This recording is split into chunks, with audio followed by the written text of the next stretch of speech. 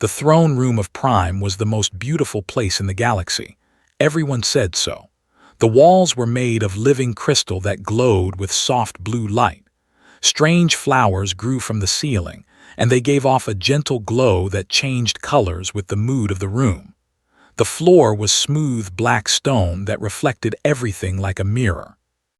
Princess sat on her throne at the center of it all. She was young for a royal, only 200 years old. Her skin was pale purple, and she had 4 eyes that sparkled like gems.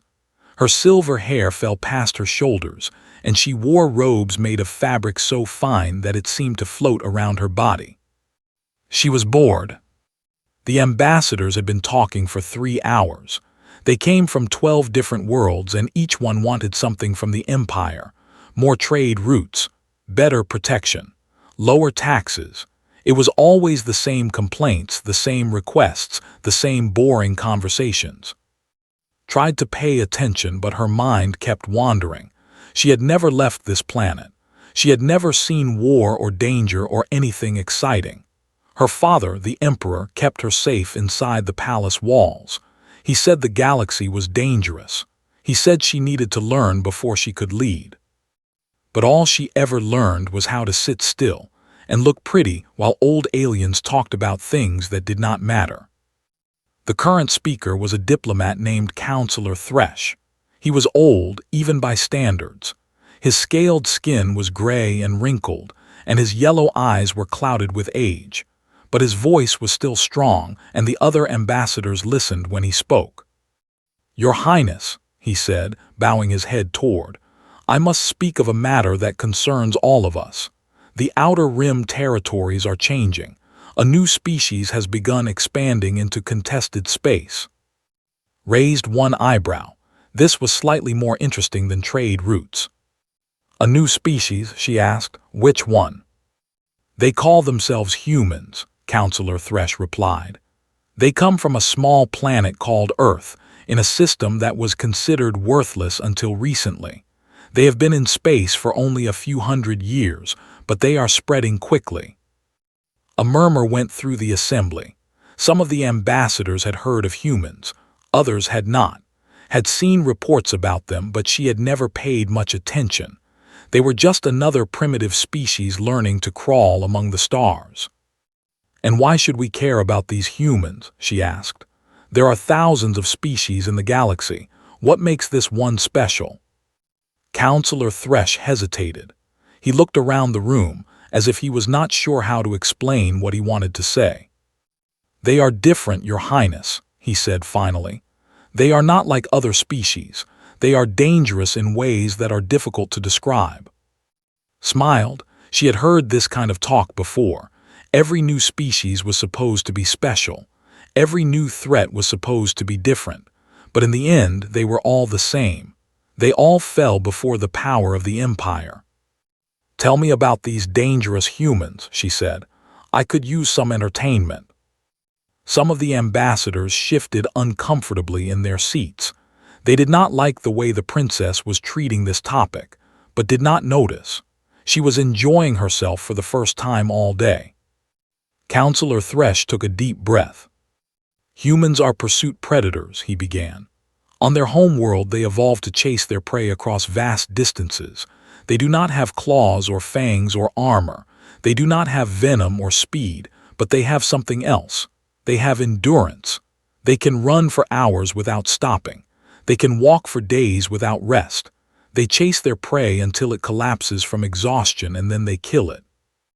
Laughed. It was a bright musical sound that echoed through the throne room.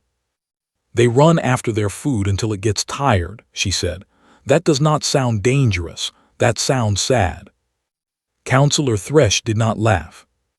"There is more, Your Highness," he continued. "Humans have a chemical in their blood called adrenaline. When they are in danger, this chemical floods their body. It makes them stronger. It makes them faster. It allows them to ignore pain and keep fighting even when they should be dead." "How convenient," said dryly. "They heal from wounds that would kill any of us," Thresh went on. "They can survive the loss of limbs, the failure of organs, injuries that would end any other life. They simply refuse to die. Their bodies keep working, keep healing, keep fighting. Another ambassador stepped forward. He was a small creature with large black eyes and thin arms. His species was called and they were known for their intelligence and their cowardice. I have seen human soldiers in battle, said, his voice trembling. I watched one of them take a plasma bolt to the chest. It burned a hole through his armor. He should have fallen, he should have died, but he kept coming. He killed 3 of our warriors before he finally collapsed. And even then, even lying on the ground with his life bleeding out of him, he was still trying to crawl toward us. He was still trying to fight. The throne room was silent. Even the glowing flowers seemed to dim. But was not impressed. Stories, she said, waving her hand dismissively. Legends meant to frighten children. Every species has tales of their own greatness. Humans are no different. They are simply good at telling stories about themselves. Your Highness, Counselor Thresh said carefully, I have studied these creatures for many years. I have seen recordings of their battles. I have read their history. They have survived catastrophes that should have destroyed them. Wars that killed millions of their own kind. Diseases that swept across their entire planet. They burned their world with nuclear fire and they survived. They poisoned their air and their water and they survived. Nothing stops them. Nothing breaks them. They just keep coming. Leaned back on her throne and smiled. Counselor Thresh, she said, I think you have been reading too many scary stories. These humans sound like monsters from a children's tale. They are strong and fast and they never give up. How terrifying. She laughed again, and this time a few of the younger ambassadors joined her. They wanted to please the princess. They wanted to show that they were not afraid. But the older ones did not laugh. They had seen too much of the galaxy to dismiss anything so easily. Your Highness, Thresh said one more time, I am asking you to take this seriously. The humans are expanding. They are making alliances. They are building fleets. In 100 years, they will be a power that rivals your father's empire. In 200 years, they might surpass it. Stood up from her throne. She was tired of this conversation. She was tired of being told to be afraid of things she had never seen. The Empire has ruled this sector for 10,000 years, she said, her voice cold. We have defeated every enemy. We have conquered every threat.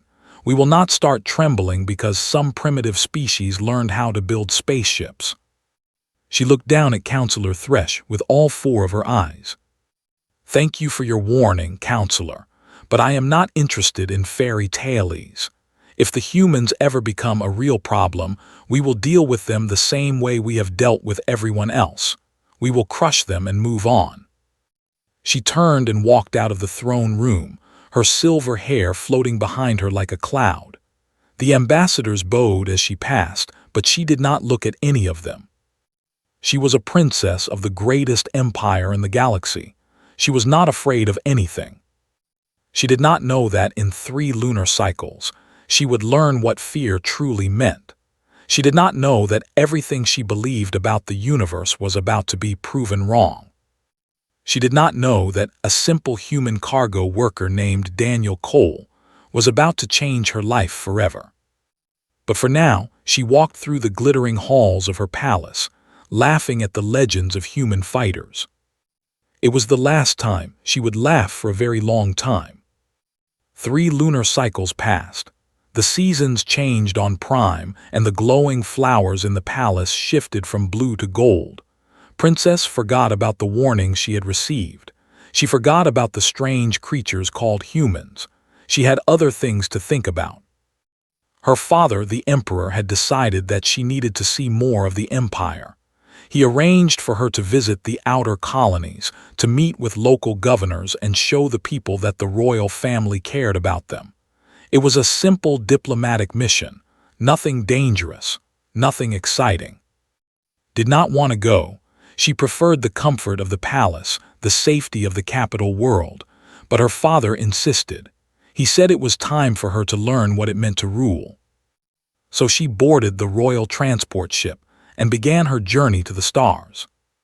The ship was called the Starlight Crown. It was one of the finest vessels in the Imperial fleet. The walls were decorated with gold and precious gems. The furniture was soft and comfortable. There were servants to bring her food and drink, guards to keep her safe, and advisors to tell her what to say when she arrived at each colony.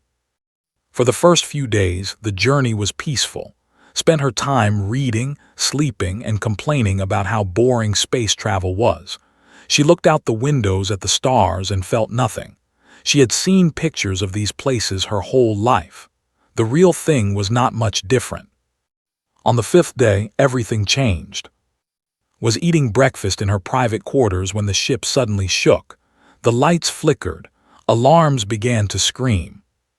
She jumped to her feet, her 4 eyes wide with fear. "What is happening?" she demanded. Her chief advisor, a thin-named lord, rushed into the room. His face was pale, and his hands were shaking. "Your Highness," he said, "we are under attack. The Horde has found us." Felt her blood turn cold. There were monsters. Everyone in the galaxy knew about them.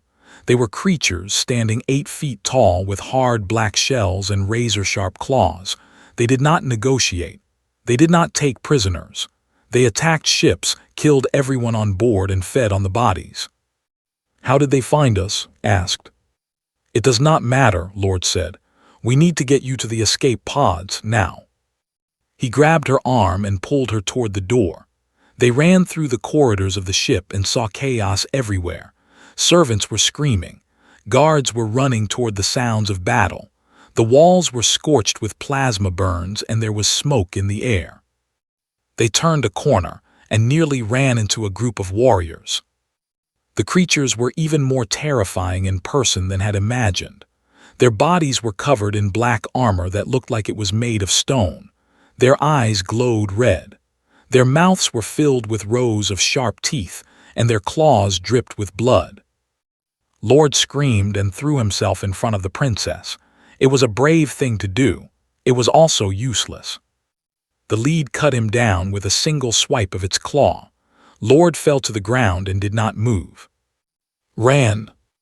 She did not think about where she was going.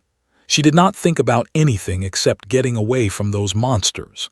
She ran through burning corridors, past the bodies of her guards, past the screaming survivors who were being dragged away by the...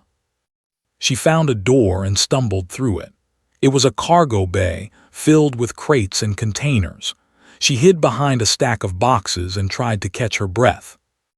Her heart was pounding so hard that she thought it might burst. Her hands were shaking. Her beautiful silk robes were torn and stained with blood that was not her own. She could hear the searching for her. Their claws clicked against the metal floor. Their mandibles made a horrible chittering sound as they communicated with each other.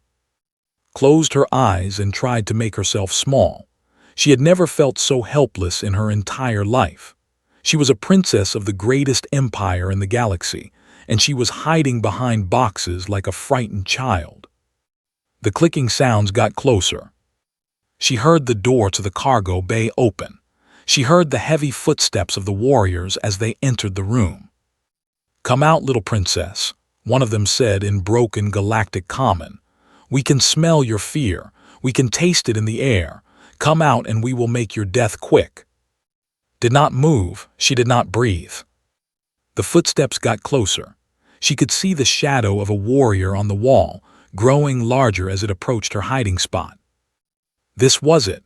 This was how she was going to die.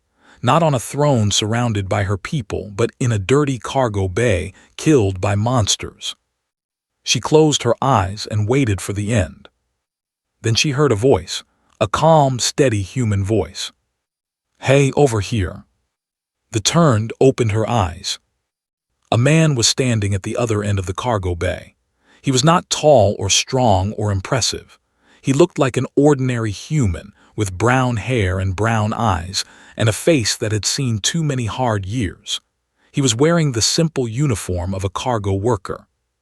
He was holding a metal pipe. The warriors looked at him and made that horrible chittering sound, realized they were laughing. "A human," the lead said. "One small human with a stick. Are you trying to make us laugh before we kill you?" The man did not smile. He did not show any fear. "I am giving you a chance to leave," he said. "Walk away now and you get to live. Stay and you do not." They laughed harder. There were 5 of them, each one twice the size of the human. They had claws that could cut through metal and armor that could stop plasma bolts. The human had a pipe. "Stupid creature," the lead said. "We will enjoy eating your flesh." It lunged at the human. What happened next was something would remember for the rest of her life. The human moved, not slowly, not carefully, but with a speed and violence that seemed impossible. He thus attacked and swung his pipe at its leg. The metal connected with a crack that echoed through the cargo bay. The creature's leg bent the wrong way, and it crashed to the ground with a scream of pain. The other attacked. All 4 of them rushed at the human at once, their claws raised, their mouths open. The human did not run. He did not try to hide. He met them head-on. Watched as he fought. She saw him take a claw across his ribs. Blood sprayed across the floor. But he did not fall. He swung his pipe and crushed the skull of one. He ducked under another attack and drove his elbow into a creature's throat. A grabbed him from behind. Its mandibles bit into his shoulder, tearing flesh and muscle. Any normal creature would have screamed. Any normal creature would have stopped fighting. The human reached back, grabbed the creature's head, and twisted. There was a snap and the went limp. The last 2 warriors hesitated. They had never seen anything like this. They had killed thousands of aliens, and none of them had ever fought like this human. The man looked at them with his calm brown eyes. His blood was dripping onto the floor. His left arm was hanging uselessly at his side, but he was still standing. He was still holding his pipe. "Last chance," he said. They attacked anyway. 30 seconds later, it was over. The human stood in the middle of the cargo bay, surrounded by the bodies of 5 warriors. He was covered in blood, both his own and theirs. His breathing was heavy and ragged. His body was torn and broken. But he was alive. He turned and looked at. She was still hiding behind the crates, her 4 eyes wide with shock. "Are you hurt, ma'am?" he asked. Could not speak. She could not even move. She just stared at the impossible creature in front of her. The human walked toward her. Each step seemed to cost him tremendous effort. He was bleeding from a dozen wounds. He should have been dead. Any would have been dead 10 times over. But he kept walking. "My name is Daniel Cole," he said. "I was hauling medical supplies when these things attacked. We need to find somewhere safe to wait for rescue." He held out his hand to help her up. Took it. And in that moment, everything she thought she knew about the universe began to crumble. Daniel Cole led through the burning ship. He moved slowly, his injured body struggling with each step, but he never stopped. He checked every corner before they turned it. He listened for the clicking sounds of warriors. He protected her with his own broken body. Followed in silence. She could not take her eyes off the human. She had watched him kill 5 warriors with nothing but a metal pipe. She had seen him take wounds that should have ended his life. And now, he was walking through as if it was nothing, as if his body was not falling apart with every step. The legends were true. Everything Counselor Thresh had told her was true. Humans were monsters. No, that was not the right word. Monsters were evil. Monsters wanted to hurt and destroy. This human was not a monster. He was something else. Something she did not have a word for. "In here," Daniel said, pointing to a door. It was a small maintenance room, barely big enough for both of them. There were no windows, no other exits, just a single door that Daniel sealed behind them. "This should hold them for a while," he said. "They do not like tight spaces. They prefer to hunt in the open." He sat down against the wall and let out a long, painful breath. For the first time, got a good look at his injuries. They were horrifying. His chest was torn open. She could see his ribs through the bloody flesh. His shoulder was almost destroyed where they had bitten him. His face was covered in cuts and bruises. Blood was pooling on the floor beneath him. "You are dying," said. Daniel looked down at his wounds and shrugged. "Probably," he admitted, "but not yet. The body has a way of keeping going when it needs to." He reached into his pocket and pulled out a small emergency kit. Inside were bandages, a tube of medical gel, and a tiny bottle of pills. He began treating his own wounds, moving with the calm efficiency of someone who had done this many times before. Watched in fascination. "Does it not hurt?" she asked. "It hurts a lot," Daniel said, "but pain is just information. It tells you something is wrong. Once you know that, you can choose to ignore it." "Choose to ignore it," repeated. "How is that possible?" Daniel smiled. It was a small, tired smile. "Humans are stubborn," he said. "We do not like being told what we can and cannot do, not even by our own bodies." He finished bandaging the worst of his wounds and leaned back against the wall. His breathing was still heavy, but some of the tension had left his face. "You should rest," said. "Save your strength." "Cannot rest," Daniel replied. "Need to stay awake, need to listen for trouble." Shook her head. She did not understand this creature at all. "Why did you help me?" she asked suddenly. "You could have hidden, you could have escaped on your own. Why did you risk your life to save a stranger?" Daniel looked at her with his calm brown eyes. "You needed help," he said simply. "That is all that matters. But I am a princess. Your people and my people have never even met. We are nothing to each other." "That does not matter either," Daniel said. "When someone is in trouble, you help them. It is not complicated." Was silent for a long moment. In her world, everything was complicated. Politics, alliances, debts, and favors. Nothing was ever simple. No one ever did anything without expecting something in return. But this human had nearly died to save her, and he did not even know her name. "I am Princess of the Empire," she said. Daniel nodded. "I figured you were someone important. The fancy clothes gave it away." Despite everything, almost laughed. "You fought 5 warriors with a pipe," she said. "How is that possible? I have seen our best soldiers fall to a single. You killed 5. Daniel was quiet for a moment, gathering his thoughts. "Humans are different from most species," he said finally. "We evolved on a harsh world. Our ancestors did not have claws or fangs or venom.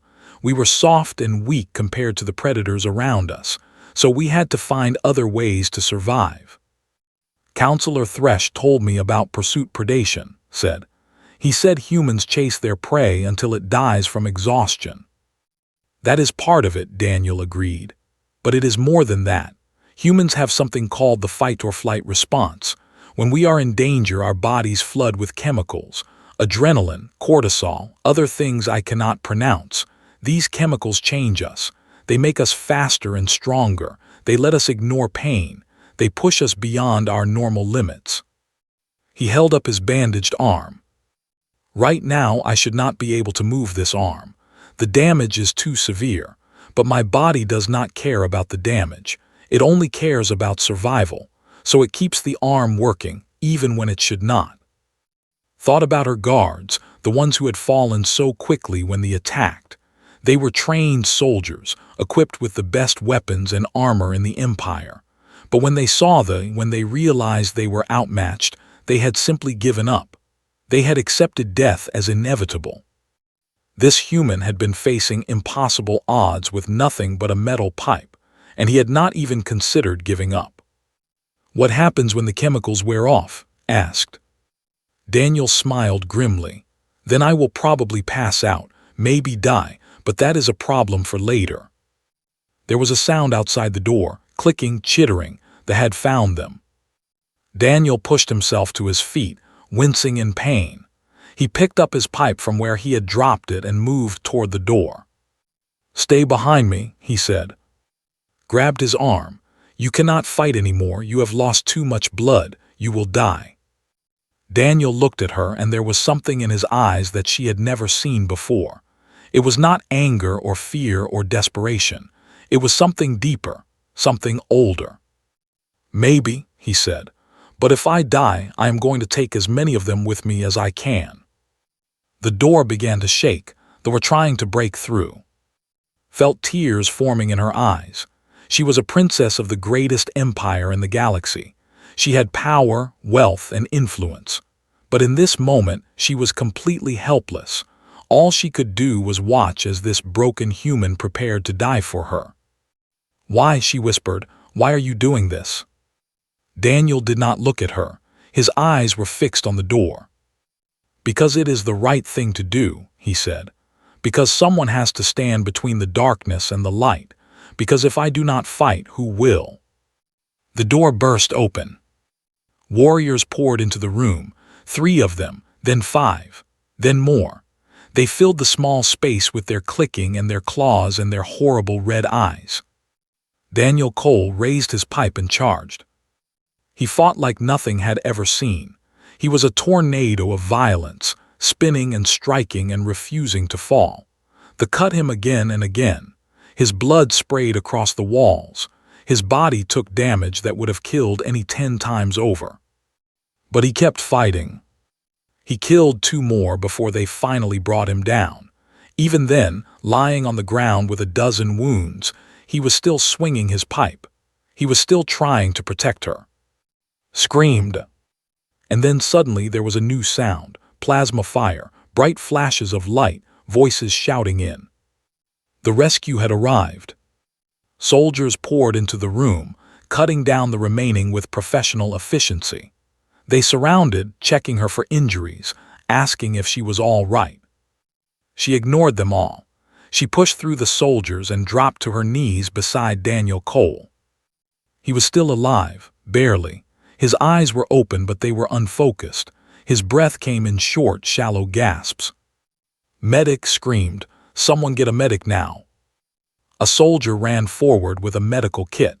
Others began treating Daniel's wounds, held his hand, tears streaming down her face. "Hold on," she whispered. "You have to hold on, do you understand? I am ordering you to live." Daniel's eyes focused on her for just a moment. A small smile crossed his bloody lips. "Yes, Your Highness," he whispered. Then he closed his eyes and went still. The battlecruiser Eternal Light arrived within hours of the distress signal. It was one of the most powerful ships in the Imperial fleet, carrying a full complement of soldiers and enough firepower to destroy a small planet. The remaining scattered when they saw it coming. They were savage, but they were not stupid. Princess was escorted to the medical bay immediately. The doctors examined her and found nothing serious. A few cuts, some bruises, and a great deal of shock. They gave her something to help her sleep and told her she would be fine. She did not sleep. Instead, she sat by the window and stared out at the stars. Her mind kept replaying the same images over and over. The attacking, her guards falling, Daniel Cole standing between her and death with nothing but a metal pipe and a refusal to surrender. The doctors told her that Daniel was in critical condition. His wounds were severe, worse than anything they had ever seen on a living patient. They did not understand how he was still alive. By all the rules of medicine, by all the laws of biology, he should have died in that cargo bay. But he had not died, he had kept fighting. After 3 days, finally went to see him.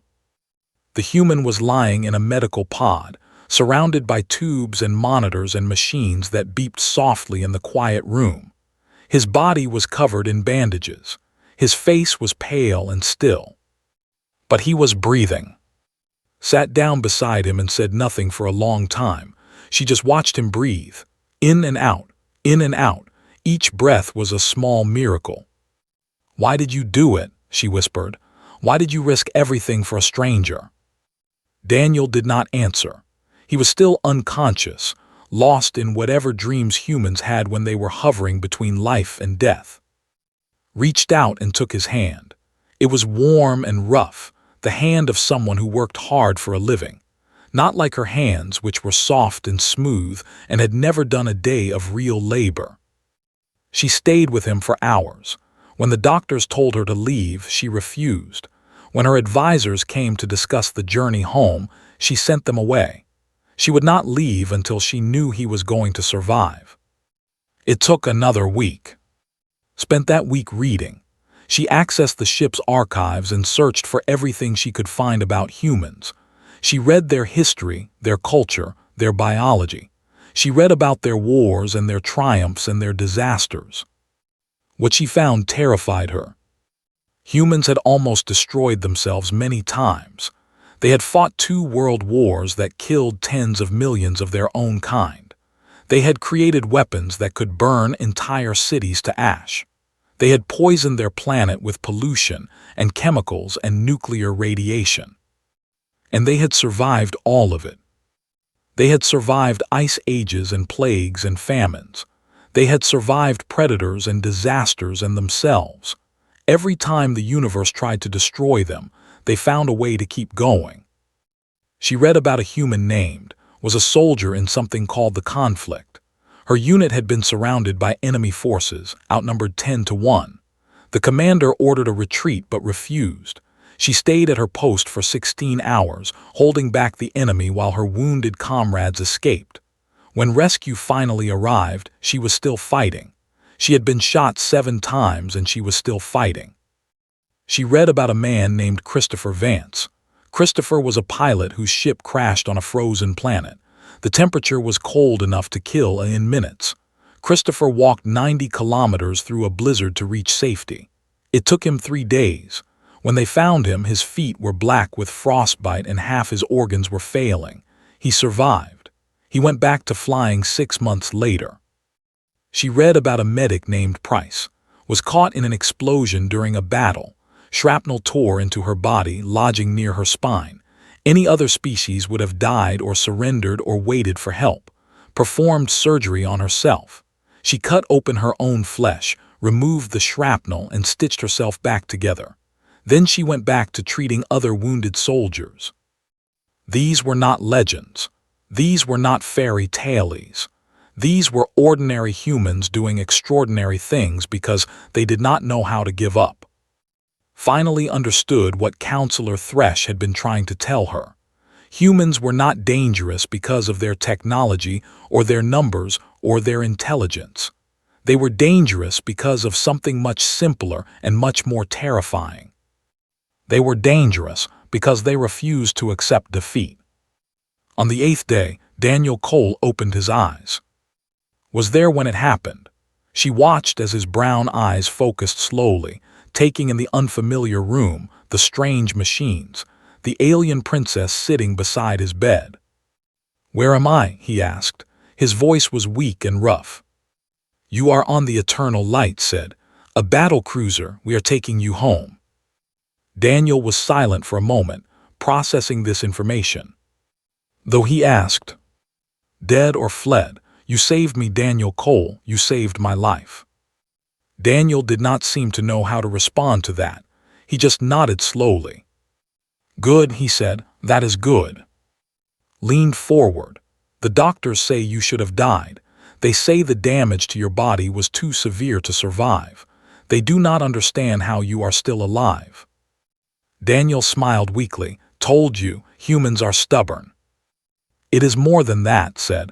"I have been reading about your species, your history, your wars, your disasters. You have survived things that would have destroyed any other civilization." "We have had practice," Daniel said. Why do you keep going? Why do you refuse to give up even when everything seems hopeless?" Daniel thought about this for a long moment. When he spoke, his voice was quiet but strong. "Because hope is a choice," he said. "When everything falls apart, when the world is burning and there is no way out, you can choose to give up, or you can choose to keep fighting. Humans choose to fight. We always have. Maybe it is foolish. Maybe it is crazy, but it is who we are." Felt tears forming in her eyes again. She had spent her whole life in a palace, surrounded by people who told her what to think and how to feel. She had never had to fight for anything. She had never had to choose. "I want to understand," she said. "I want to learn from your people." Daniel looked at her with something like surprise. "You are a princess," he said. You have an empire. What could you possibly learn from humans? Stood up and looked out the window at the stars. I learned that I was wrong, she said. I laughed at the legends of human fighters. I called them fairy tales. I was arrogant and foolish and blind. I almost died because I did not take the universe seriously. She turned back to face him. I do not want to be that person anymore. I want to be someone who fights, someone who refuses to give up. I want to be more like you. Daniel Cole stared at her for a long moment. Then he nodded. Okay, Your Highness, he said. I will teach you what I can. Smiled for the first time in weeks. It was a small smile, but it was real. Call me, she said.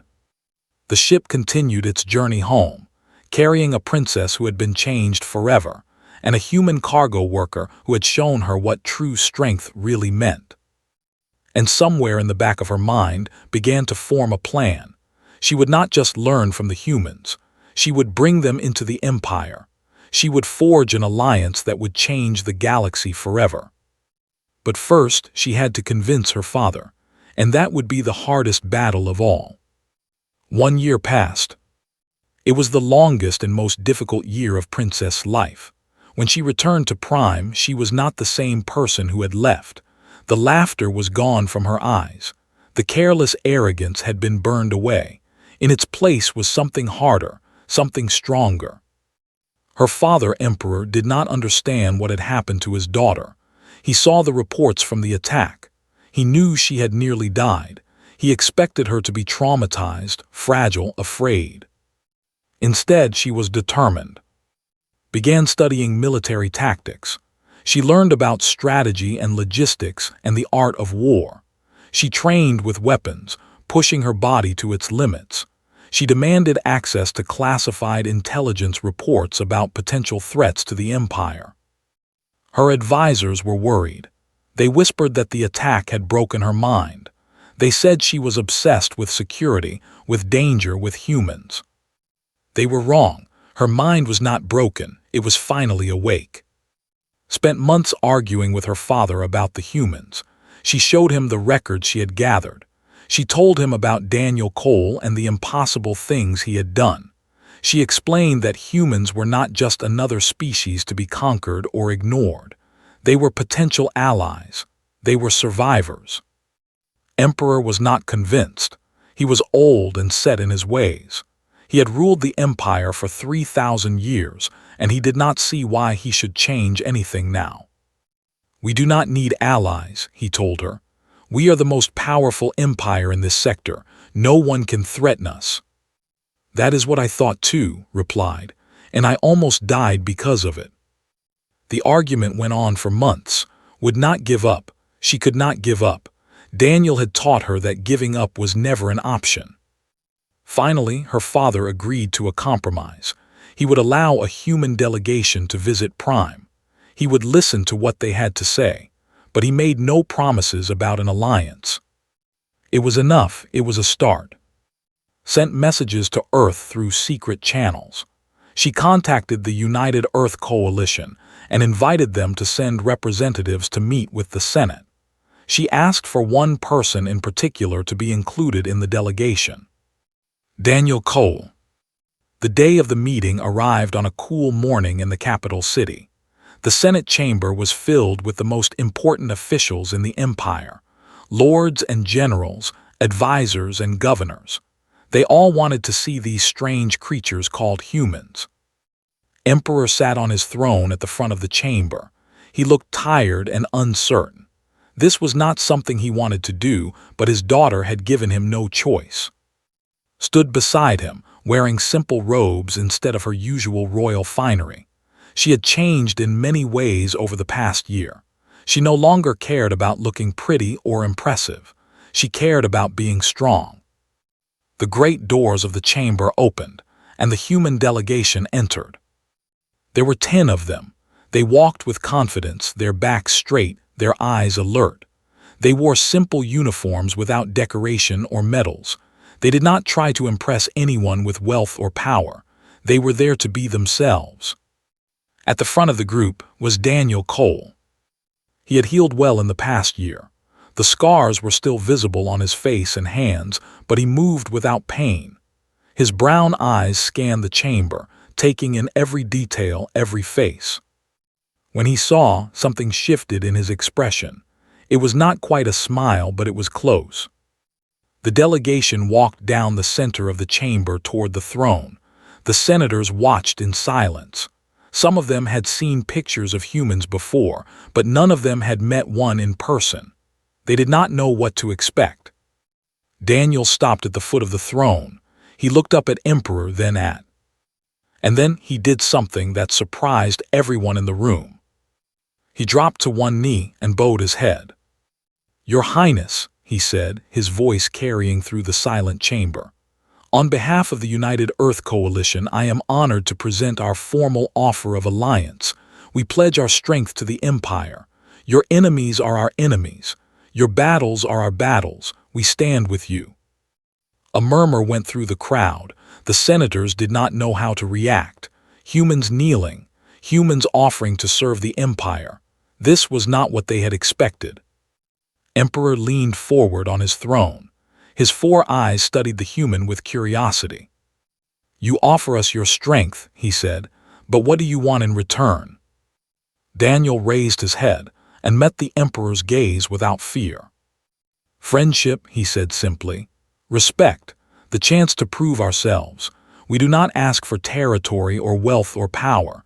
We ask only for the opportunity to stand beside you as equals." The Emperor was silent for a long moment. Then he looked at his daughter. Stepped forward. She walked down the steps from the throne and stood before Daniel Cole.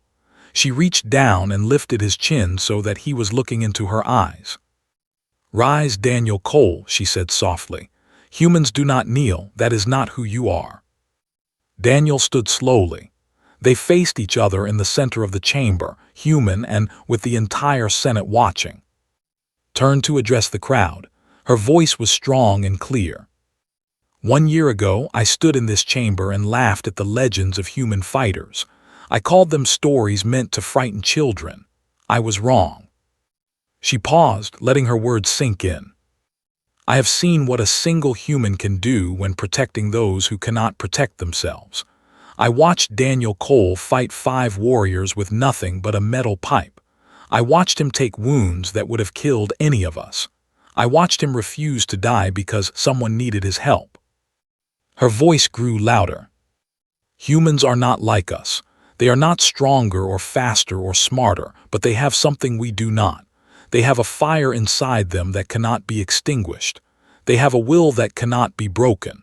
When the universe tells them they cannot win, they fight anyway. When they are beaten and broken and bleeding, they stand up and fight again."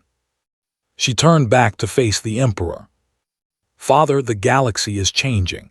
New threats are rising every day. The machines from beyond the rim. We cannot face these threats alone. We need allies. We need friends who will stand with us when the darkness comes." She gestured to Daniel and the other humans. "These people are not here to serve us. They are here to fight beside us, as partners, as equals. They are offering us something precious, something we cannot buy with all the gold in our treasury. They are offering us their trust." The chamber was completely silent. Every eye was on the princess. "The Empire does not need servants," continued. "We need allies. We need warriors who will never give up, never surrender, never stop fighting. We need humans." She extended her hand to Daniel. "I have spent the past year learning from this man. He taught me that courage is not the absence of fear. It is the choice to keep going even when you are terrified. He taught me that strength is not about size or power. It is about refusing to accept defeat." Daniel took her hand. "Today, I am asking the Senate to approve a formal alliance between the Empire and the United Earth Coalition. Not because we need their protection, not because we are weak, but because together we can be something greater than either of us could be alone." She looked at her father. The Emperor was silent, his face unreadable. Then slowly he rose from his throne. "My daughter speaks the truth," he said. "I was skeptical of this alliance. I thought humans were beneath us, primitive creatures with nothing to offer. But I have watched my daughter change over the past year. I have seen the fire that burns inside her now, and I have read the reports about what Daniel Cole did to save her life. He walked down from the throne and stood before the human delegation. The Empire accepts your offer of alliance, he said. From this day forward, humans are friends of, your enemies are our enemies, your victories are our victories. We will face the future together. A cheer went up from the Senate chamber. Not all of the senators were happy, but most of them could see the wisdom in the Emperor's decision. Daniel Cole smiled. It was a real smile this time, warm and genuine. "Thank you, Your Majesty," he said. "You will not regret this." Emperor nodded. Then he looked at his daughter with something like pride. "I think I already do not," he said. Later that night, stood on a balcony overlooking the capital city. The celebration was still going on below, humans and mixing together for the first time. Music and laughter filled the air. Daniel came to stand beside her. "You did it," he said. "You changed the galaxy." Shook her head. "No, you did it. You showed me what was possible. I just opened the door." They stood in silence for a moment, watching the lights of the city. "What happens now?" Daniel asked. Smiled. It was a smile full of hope and determination and fire. "Now we build something new," she said, "together." And across the stars, the galaxy began to change. New alliances formed. Old enemies trembled. The age of isolation was ending and the age of partnership was beginning. At the center of it all stood a princess who had learned to fight, and a human cargo worker who had never known how to quit. Together, they would face whatever came next. Together, they would never give up. Because that was what it meant to be human. And now, it was what it meant to be too. The end.